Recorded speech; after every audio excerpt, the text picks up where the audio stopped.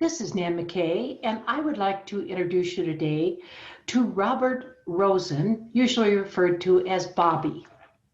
He's a policy consultant with his own firm concentrating on legislative and regulatory tax issues relating to affordable housing and community economic development.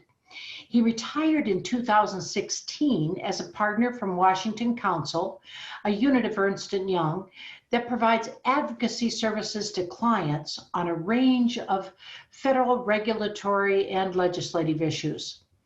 Over the years, Mr. Rozen has represented a number of clients on affordable housing and community economic development and currently represents the National Association of State and Local Equity Funds, the Local Initiative Support Corporation, and Enterprise Community Investment.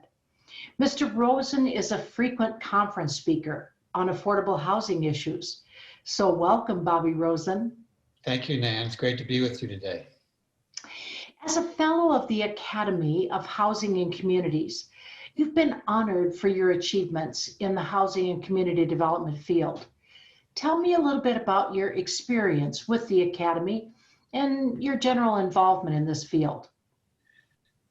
Well, Kent Watkins, who is really the Academy and does a fantastic job, has a huge amount of energy, brings together people from the housing and community development field who have worked in and out of government, and sponsors lunches and conferences. And I was invited to join based upon my experience, and I've spoken to the group before, and I've participated in lunches. It's really a great group. And Kent has done a marvelous job. He has so much energy in bringing people together. So it's really been great. Well, you worked for many years in the U.S. Senate, I believe. So tell me a little bit about that experience. So I am from a small town in Kentucky and went to college in Ohio, and then came to Washington, D.C. to go to law school. And the summer of my first year of law school, I interned on the Hill for the senator from my home state of Kentucky, Senator Wendell Ford. And when I graduated law school, rather than going the law firm route, I decided I wanted to work in Congress. And fortunately, a legislative job opened up on Senator Ford's staff. So I went to work for Senator Ford. I was with him for about 4.5 years. And my real interest was taxes. And in fact, I went and got a law graduate degree and a master's degree in tax. And I wanted to work for a member of the Senate Finance Committee, the Tax Writing Committee. So I left Senator Ford's office, and I was fortunate to be able to to get a job with Senator George Mitchell, senator from Maine, who was, I think, probably the junior most member of the Finance Committee. This was a long time ago, 1985. And 4 years later, Senator Mitchell became the Senate Majority Leader. So I spent 10 years working for Senator Mitchell, and working for the Senate Majority Leader was just a fantastic experience. I was primarily doing his tax issues, but I was doing also banking and finance and budget and campaign finance reform issues. So I had a pretty broad portfolio, and it was just really fascinating to work for the leader of the Senate, somebody who is one of the greatest senators of the 20th century. And it was a great experience. You were involved in the establishment of the Low-Income Housing Tax Credit Program, which really is the primary means of financing affordable housing today. So tell us about the origins of this program. Well, in 1985 and 1986, Congress embarked on a major effort to enact tax reform. And this, typically when you think of tax reform, you're getting rid of a lot of special provisions in the code to subsidize certain activities, and you're using the revenue that you raise from that and you're putting it into rate reductions for both individuals and corporations. So this was a major, just a huge effort for the Congress at that time when Ronald Reagan was president. And there were not a lot of incentives for affordable housing, but there were some incentives. And they were rather poorly drafted, poorly targeted. They didn't really do an effective job of subsidizing affordable housing and lowering rents. And they also were subject to a bit of abuse by very aggressive tax shelters. And the idea of using the tax code to subsidize affordable housing really had a very bad reputation at that time. So that's kind of the environment we were in, an effort to clean out the tax code, get rid of special provisions, reduce the rates. So it was not a very auspicious situation for affordable housing to be in. And in the House, they cut back on some of the subsidies. And the House bill, I worked in the Senate, the House bill was kind of tax reform light. And it came over to the Senate, and the Senate Finance Committee staff had been working on the concept of getting rid of a deduction-based affordable housing incentives and doing something on the credit side, a tax credit side. But it was really just kind of a shell of what exists now. It really wasn't workable. There were all kinds of limits on it. And the industry, the affordable housing credit community, came to our office after probably, since we were rather junior, we were in the minority party and one of the more junior members of the committee. They probably went to a lot of offices and didn't get anybody interested. And people were generally a lot more interested in corporate provisions, business provisions, not provisions to subsidize affordable housing. But Senator Mitchell was interested in that. I was interested, first of all, and I got him interested. And we kind of took what was kind of a minor concept and we expanded on it. Senator Mitchell was one of the core members of the Finance Committee who put together this kind of radical approach to tax reform. And we were able to expand on the concept that the Finance Committee, the chairman staff came up with. And we were able to expand on that and the version that passed the committee. Then we expanded more on the floor. And then we expanded more in the conference committee with the House. So in this time of tax reform, when the tax code was being cleaned out, we were able to actually get a new provision in for affordable housing. And when it was enacted in 1986 as part of the tax reform bill, it was for a temporary 3-year period. And nobody knew whether this approach would work. And after the bill was enacted with the low-income housing tax credit provisions, we mainly heard from people who said, "You don't know what you're doing. This isn't going to work. Thank you, but this doesn't cut it. It's not going to do what you think it's going to do." And indeed, in the first year, this is a capped program. We only had about 20% take-up.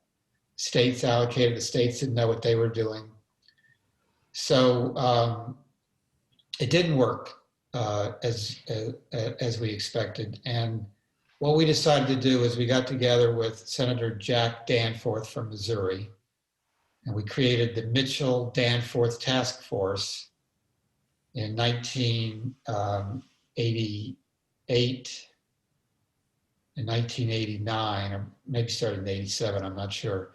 And we invited various folks from different parts of the affordable housing community. And we spent several months reimagining the low-income housing tax credit compared to what was created in the tax reform bill. And then in 1989, we enacted that. It was pretty much a full rewrite of the program, but it was still only a temporary program. I think we enacted it for another 3 years and it was scheduled to expire. But there was greater interest as a result of the changes we made. And it was really only in 1993 when we made the program permanent that the program really blossomed into what, I won't say what it is today, but it really took off. Once it was permanent, investors were willing to take a more serious look at it. The price the investors were willing to pay per tax credit dollar went up considerably. We made additional changes as we went along in 1989 and 1993, and we continue to make changes today. But it was really, creation in 86, rewrite in 89, permanency in 93 that created the program that looks a lot like what exists today. And did you have any idea back then, that's almost 30 years ago when you're talking about permanent, did you have any idea that this would be the only really new construction affordable housing that there is in the whole country? Did you have any idea of that? I would say that it has been more successful than we could have imagined. And the program has really matured in a very responsible way. The states do a great job of allocating the credit and managing the program. We have a lot of different stakeholders in Washington that have helped massage the law. And our goal is always, we start with the assumption that affordable housing programs, all that have been created over the years since the 40s, have all had a temporary life.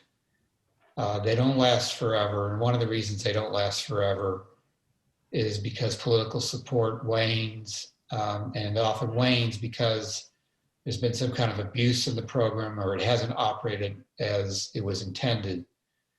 So what we've really strived to do with the housing credit program is to make it a very efficient use of taxpayer dollars, and something that we tried to minimize any abuses that might arise. We've tried to make it as efficient as possible. We've tried to really achieve a very high public policy purpose with the program. And if we hadn't done that, it wouldn't last. If we hadn't made it a program that at the state and local level, at the federal level, and among different constituencies, that people weren't very pleased with the success of the program, it wouldn't still be around.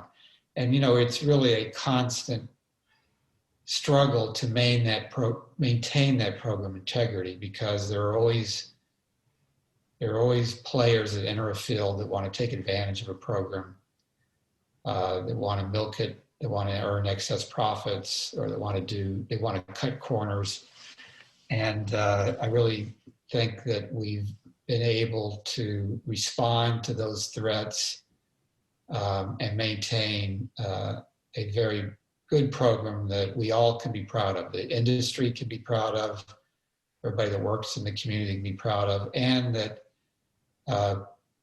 political leaders can be proud of. That includes local officials, state officials, and federal officials.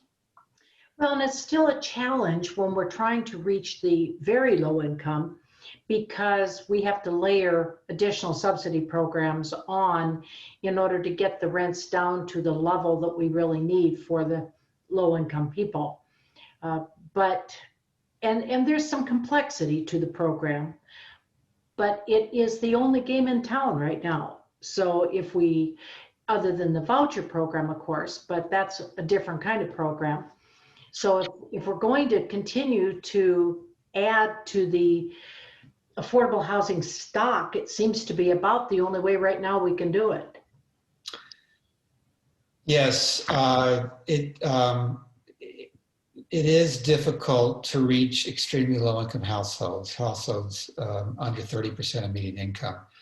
But a surprising percentage of units are occupied by residents at 40% of median income and 30%. Now, a lot of that is because we have a lot of voucher recipients that live in housing credit properties. In most states, and certainly the federal law doesn't require landlords to accept voucher recipients. The housing credit must accept voucher recipients. So we do have quite a few voucher recipients. And almost all voucher recipients are below 30% of median income. But we also, the program reaches that income targeting level without, for residents who are not voucher recipients as well.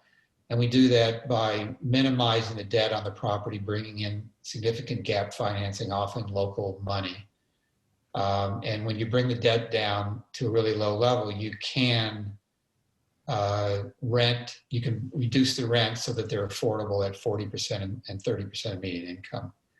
So I think the program has done a very good job with that, but that requires a healthy credit price. And in 2017, under President Trump, Congress enacted a major tax cut bill that reduced the corporate tax rate from 35% to 21%. And that led to a significant reduction in the price paid for credit dollars from, averaging over $1 and sometimes as high as $1.15 to $1.20 per credit per dollar of credit. It brought it down below $1 and it made it more difficult to subsidize these deals, and it meant that more debt had to be on the properties, or more gap financing, but typically more debt because gap financing is hard to come by. And it makes it more difficult today than it did 3 years ago to reach those lowest income residents. No question. One of the reasons that this is the only game in town is it's easier. First of all, I think it's the public-private partnership and utilizing the expertise of the private sector, whether it be the nonprofit developers or for-profit developers, and obviously for-profit investors. I think you really you're able to get a lot of eyes on this program, a lot of due diligence and proper underwriting, and states, of course, play a role as well. And that's really been a secret of the program's success. But it's also because it's unquestionably easier to spend money on the tax side than it is through direct spending programs. So that's also been one of the reasons that the program has been so successful. We've been able to increase the amount of resources going to the program, and we've got legislation before Congress to increase resources even more that we hope to get enacted eventually, hopefully next year. So that's so it's the only game in town. It's on the tax side, or it's almost the only game in town. But perhaps in the future there'll be there'll be more spending programs to incentivize production. I want to talk a little bit about your honor, which I considered a big honor, that you were one of 5 original members of the Affordable Housing Hall of Fame by Affordable Housing Magazine. Tell us about that. That's quite an honor. It was quite an honor. I'm very proud of it. I can't remember the year. I think it may have been 2005. And there's been lots of honorees since. For anybody who gets an honor of being in the Affordable Housing Hall of Fame, it's a great thing. And to be among the first 5, and I was the other 4. If I can remember their name, I hadn't thought about this in a while. Congressman Charlie Rangel from from New York, who was chairman of the Ways and Means Committee and a huge supporter of affordable housing, was one of the honorees. Herb Collins, who was one of the founders of Boston Capital. I think Bart Harvey, the longtime former head of Enterprise. And I think I'm missing one. Oh, maybe Chuck Edson, who is a legend in affordable housing. So yeah, that was a great group to be a part of, and I was sincerely honored by that. You also were chair of the Arlington Partnership for Affordable Housing. So tell us a little bit about that. What is the mission of that organization? And then tell us about some of your experiences with it. So the Arlington Partnership for Affordable Housing, APA as we call it. I live in Arlington, Virginia, right outside of Washington, and APA is a affordable housing developer that was founded, I think around in the mid-90s, by these four couples in Arlington. That Arlington is a community of about I think maybe 230,000 people, fairly high income and serious affordability problems. And these four couples came together and wanted to help provide affordable housing. And the organization that exists today, of course, looks nothing like what existed in 1994. A couple of years ago, we decided to branch outside of Arlington. So we have property in Maryland and Fairfax County and Loudoun County we're developing. But it's just a fantastic organization with these very, very talented people that build affordable housing. We have about 2,000 units today. We're growing rapidly. We've got several projects in the pipeline. We have just in Arlington, we have about 400 units under construction right now, and we're breaking ground on units in Fairfax County and Loudoun County. Mostly family housing. We're doing some senior housing. We have the Maryland properties, our first Section 8 property we acquired just this year. And, you know, I spent 20 years doing policy work around affordable housing. And 11 years ago, I joined APA's board. And I've learned so much. I knew a lot on the policy side, but I've learned so much on the development side. It's really helped me on the policy side to be part of APA. And it was a great experience being chairman of the board of a really sterling organization that just does great work. So other than the Section 8 property, is this mostly tax credit development? Yes. Well, all of the new development we're doing is with the tax credit. We have some older properties that were developed, that we purchased, existing properties that don't have subsidies. They're naturally occurring affordable housing, all in Arlington. But the new properties are using the housing credit, and they're really all sizes. We have our biggest project that's under construction right now, 245 units. But last year we did a 236 unit property. We also have a 160 unit property under construction. So 400 units under construction in Arlington right now. They're really terrific developments, and we have great support from Arlington County and from the Virginia Housing Development Authority, the tax credit allocator for the state. Well, that sounds great, because 400 units are going to make an impact. Now, speaking of impact, you received the Industry Impact Award in 2018 from Community Affordable Housing Equity Corporation. What was that about? Well, that's KHIC, which is a syndicator, a nonprofit syndicator of tax credits in the Carolinas and a little bit in Georgia, Tennessee, Virginia. really a fantastic organization that I think raises probably $200 million a year in capital for investment throughout those southeastern states.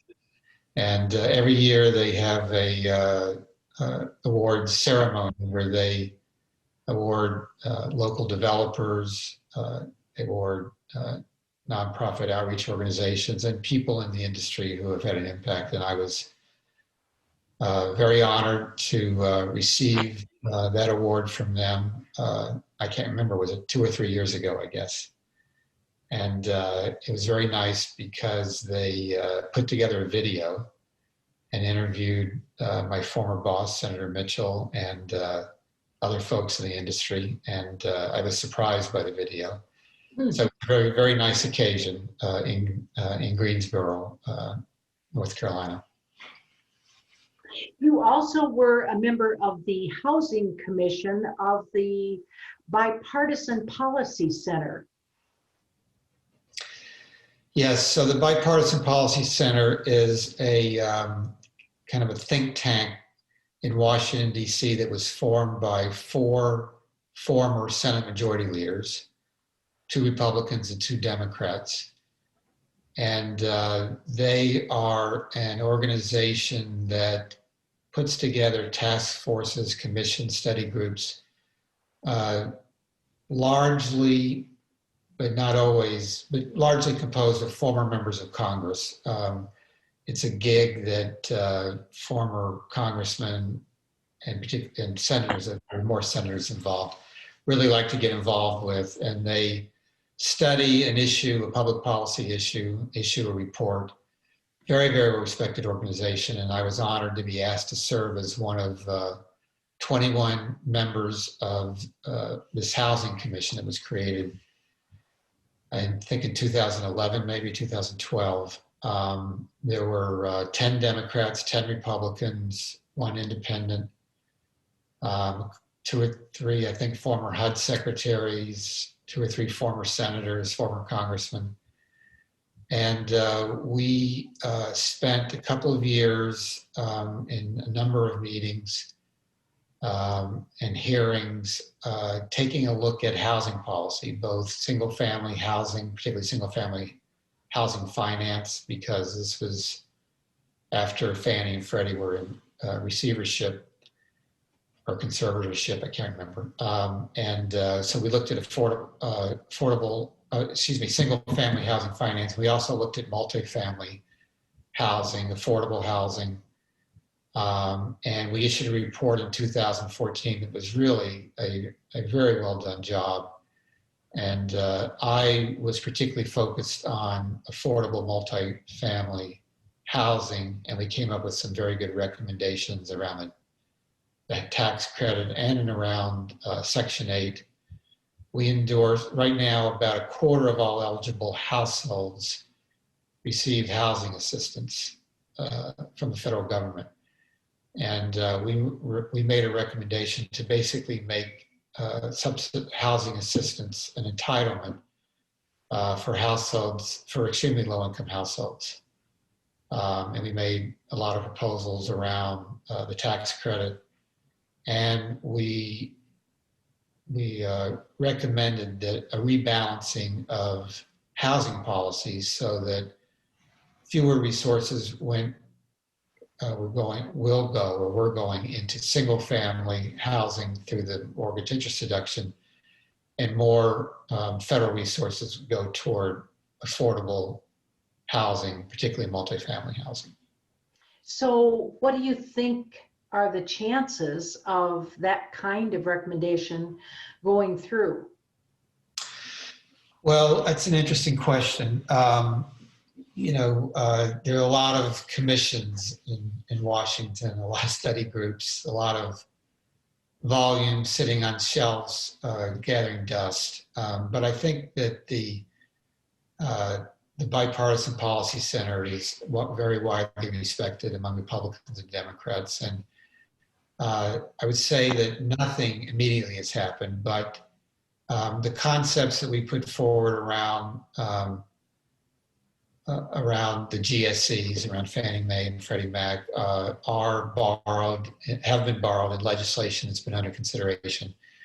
And this concept of making every extremely low-income household eligible for assistance, for Section 8 assistance, and expanding the tax credit have been picked up. I think Vice President Biden has a very ambitious housing program as part of his platform for president. And I don't know exactly where that came from, but it looks a lot like what the Bipartisan Policy Center Housing Commission recommended. And I think we've seen this in various bills that have been introduced, and we've also seen it in legislation that has been introduced around the housing credit as well. So I would say that we're 6 years away from the release of that report. Nothing's been enacted, but those are ideas that are on the table that have been proposed, and I'm hopeful that in the future we'll have housing legislation that reflects some of those recommendations. This might be an impossible question to answer, but as you talk, I'm wondering, what do you think would affect the political and public will enough to make these kinds of changes? Well, I worked in the Senate for 15 years, and I worked in the private sector as a policy attorney, sometimes called a lobbyist, but a little bit more on the substantive side. My career has been, at least.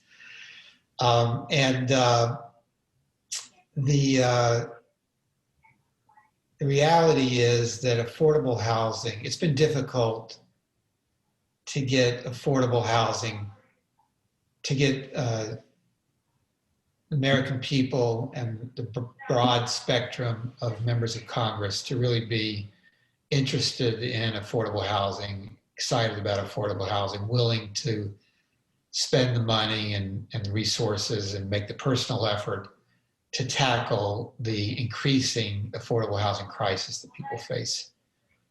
There's no question about that. And I think you can see that if you go back and look at presidential debates, this is never an issue that has arisen. It's always an issue that the affordable housing community has tried to raise awareness of and get before presidential candidates.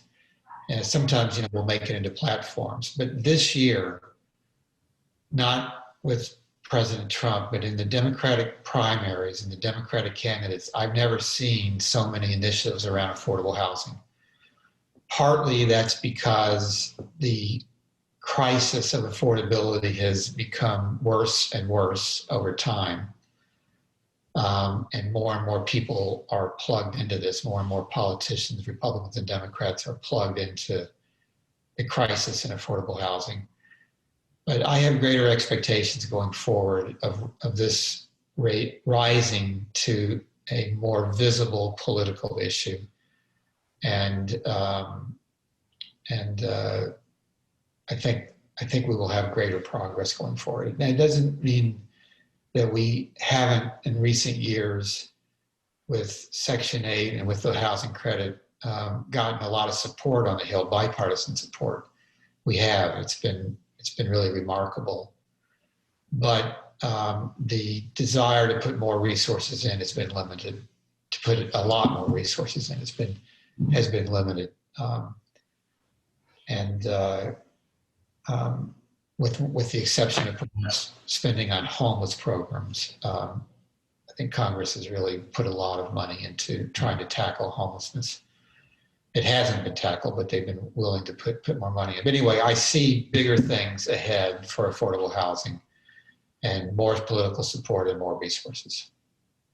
Well, sometimes I wonder if the thing that will make the difference is our rents are going up in some markets so high that a lot of the people with kids who are maybe in their 20s, just graduating from college, are not going to be able to find a place they can afford, and whether that kind of thing could make an impact. I also think about, maybe comment on both of these, think about we really have different facets. When we say affordable housing, we are now kind of lumping in subsidized housing, but in reality, there are definite spheres where there are cutting edges where one is not necessarily the same. And then the third thing that people are talking about is workforce housing. So do you want, that's kind of a big potpourri of things. Do you want to just comment on that? Sure.